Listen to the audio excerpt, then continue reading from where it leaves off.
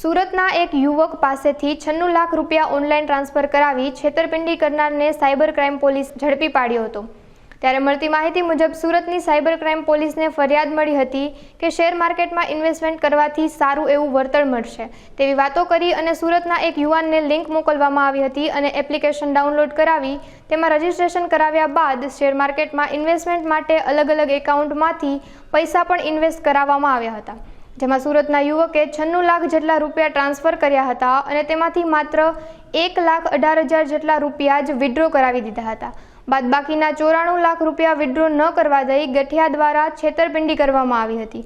જ્યારે સુરતના યુવક આ લાલચમાં ફસાઈ ગયા બાદ છેતરાયાનું લાગતા તેણે સાયબર ક્રાઇમ પોલીસનો સંપર્ક કર્યો હતો, જેથી સાયબર ક્રાઇમ પોલીસ એક્શનમાં આવી આરોપીની ધરપકડ કરી છે અને તેની સાથેના સાગરીતોને શોધવા માટે પણ હાલ કામગીરી શરૂ કરી દીધી છે। પોલીસ કમિશનર સર सूरत शहर, संयुक्त police commissioner sir crime branch Surat शहर तथा नायब police commissioner sir crime branch Surat शहरनाओनी सूचना अनुसार વધતા જતા ઇન્વેસ્ટમેન્ટ ફ્રોડ અંગે ફરિયાદ નોંધી આરોપીઓને પકડી પાડવા સારું સૂચના આપવામાં આવેલ હતી। તે અંતર્ગત સાયબર ક્રાઇમ પોલીસ સ્ટેશનની અંદર ચાલુ માસમાં ગુના નંબર 42 નોંધવામાં આવેલ હતો, જેમાં ફરિયાદી શ્રી સાથે શેર માર્કેટમાં ઇન્વેસ્ટ કરવાથી મોટી રકમનો ફાયદો થશે અને ઘણું કમિશન મળશે એમ જણાવીને ફરિયાદી શ્રીને લિંક દ્વારા એપ્લિકેશન ડાઉનલોડ કરાવડાવીને તેની અંદર ઇન્વેસ્ટમેન્ટના બહાને મોટી રકમ ટ્રાન્સફર કરવામાં આવેલ હતી, જે અંગે લગભગ 97 લાખ જેટલી મોટી રકમ શેર માર્કેટમાં ઇન્વેસ્ટ કરવા માટે અલગ અલગ ટુકડે ફરિયાદી પાસે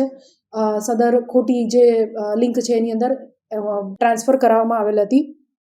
સદર ગુનો નોંધ્યા બાદ ટ્રાન્સફર વોરંટથી સાયબર ક્રાઇમ સેલ સુરત સિટીએ મહેસાણા ખાતેથી આરોપીનો કબજો મેળવેલ છે। સદર ગુનાની તપાસ હાલ ચાલુ છે। એમાં જણાવેલ છે ટ્રાન્સફર વોરંટ દ્વારા મેળવેલ આરોપી અમિતભાઈ કિશનભાઈ પટેલ, જે મૂળે ધંધો છૂટક મજૂરીનો છે અને તેઓ અમદાવાદ ખાતે રહે છે। તેઓની અગાઉ cyber crime police station Mehsana દ્વારા બીજા ફ્રોડમાં ધરપકડ કરવામાં આવી છે। તેઓએ બંને કિસ્સાની અંદર પોતાનું જે એકાઉન્ટ છે એ સાયબર ક્રાઇમ માટે આ પ્રકારની પ્રવૃત્તિઓ માટે કમિશન લઈને ભાડે આપેલું છે।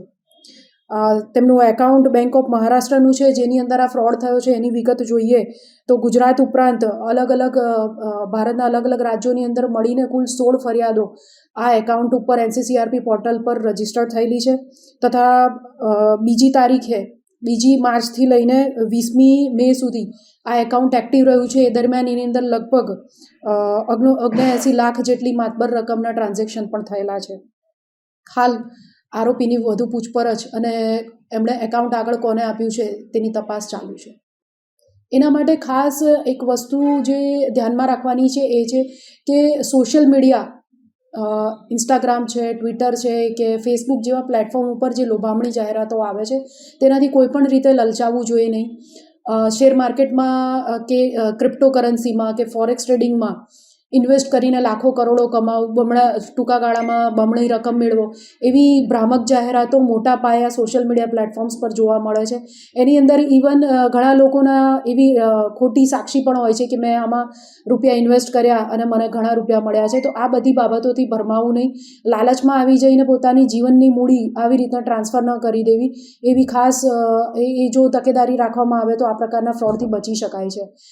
બીજું ખાસ એક ધ્યાનમાં રાખવાનું વસ્તુ એ છે કે વોટ્સઅપ કે ટેલિગ્રામ મારફતે જો આપને કોઈ મેસેજ આવે કે અમે શેર માર્કેટમાં ટ્રેડિંગ માટેની ટિપ્સ આપીએ છીએ અને અમે જ્યાં ઇન્વેસ્ટ કરાવીએ ત્યાં ઇન્વેસ્ટ કરવાથી તમને ફાયદો થશે, તો આ પ્રકારનો અજાણી વ્યક્તિ કે અજાણ્યા નંબરથી આવતી કોઈ પણ જે મેસેજ છે એના ઉપર બિલીવ નહીં કરવું જોઈએ, વિશ્વાસ નહીં કરવો જોઈએ।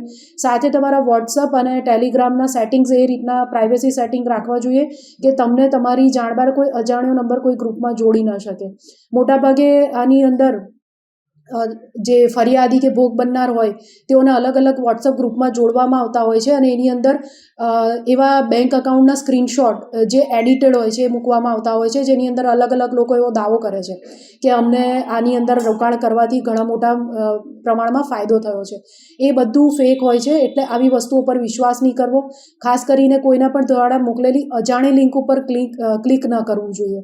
કોઈ પણ વ્યક્તિ દ્વારા જો એપ્લિકેશનમાં ડાઉનલોડ કરવા માટે ઇવન બેંકની કે કોઈ પણ એના માટે જો લિંક મોકલવામાં આવે તો લિંક પર ક્લિક કરીને કોઈ પણ પ્રકારની એપ્લિકેશન ડાઉનલોડ નહીં કરવી જોઈએ. જો આટલું ધ્યાન રાખવામાં આવે તો આ પ્રકારના ફ્રોડથી બચી શકાય છે. શેર માર્કેટમાં ઇન્વેસ્ટ કરવા માટે તમે જેને ઓળખતા હોય તેવા રજિસ્ટર્ડ બ્રોકરનો જ સંપર્ક કરવો જોઈએ.